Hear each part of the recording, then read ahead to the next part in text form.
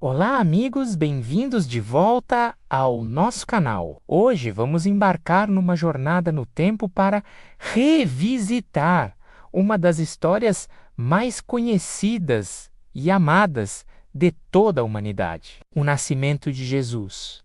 Mesmo que você já tenha ouvido 1000 vezes, prometo que há sempre um novo detalhe, uma nova emoção a ser descoberta. Então prepare o seu coração, pois esta é uma história de esperança, fé e amor. Tudo começa séculos antes, com profecias. Em livros antigos, como o de Isaías, já se falava sobre um Messias, um Salvador que viria ao mundo de uma forma muito especial. Estava escrito que uma virgem conceberia e daria à luz um filho que seria chamado Emanuel, que significa Deus conosco. Essas palavras ecoaram através das gerações, enchendo o povo de Israel de expectativa por um futuro libertador. E então, num pequeno vilarejo chamado Nazaré, na Galileia,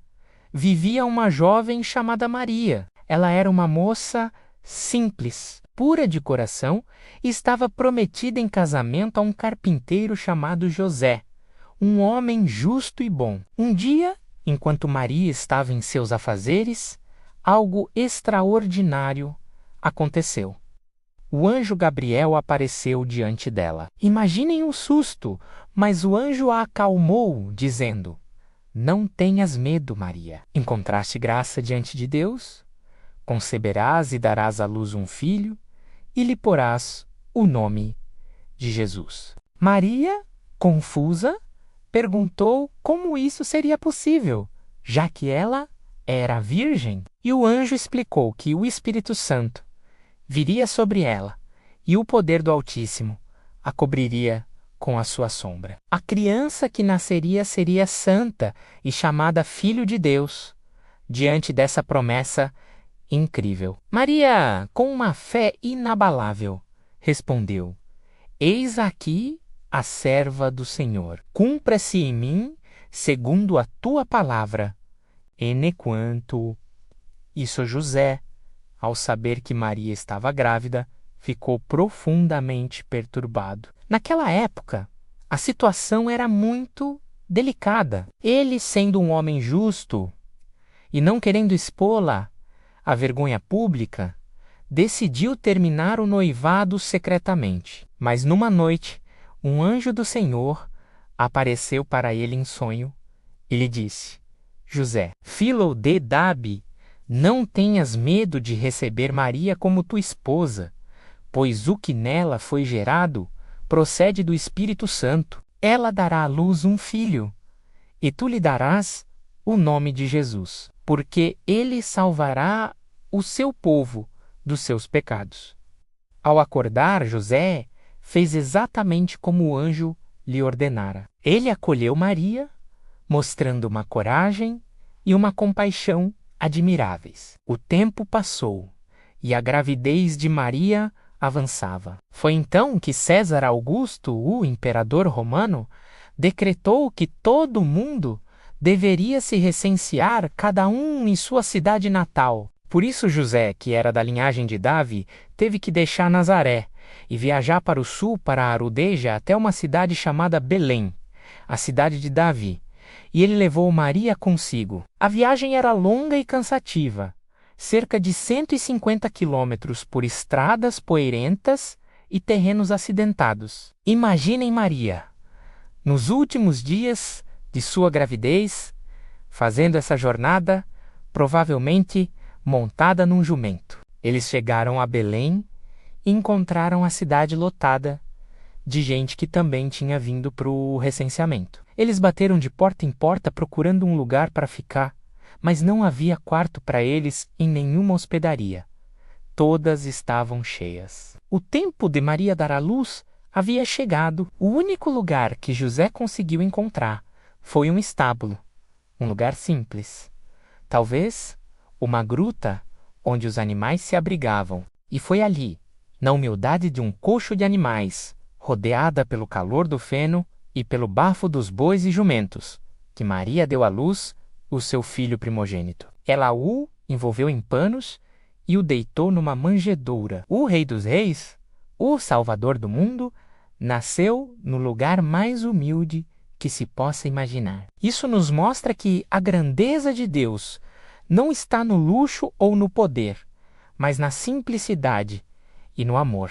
Mas a história não para por aí. Naquela mesma noite, nos campos próximos a Belém, havia pastores cuidando de seus rebanhos. Eram homens simples, acostumados com a escuridão e o silêncio da noite. De repente, um anjo do Senhor apareceu e a glória de Deus brilhou ao redor deles.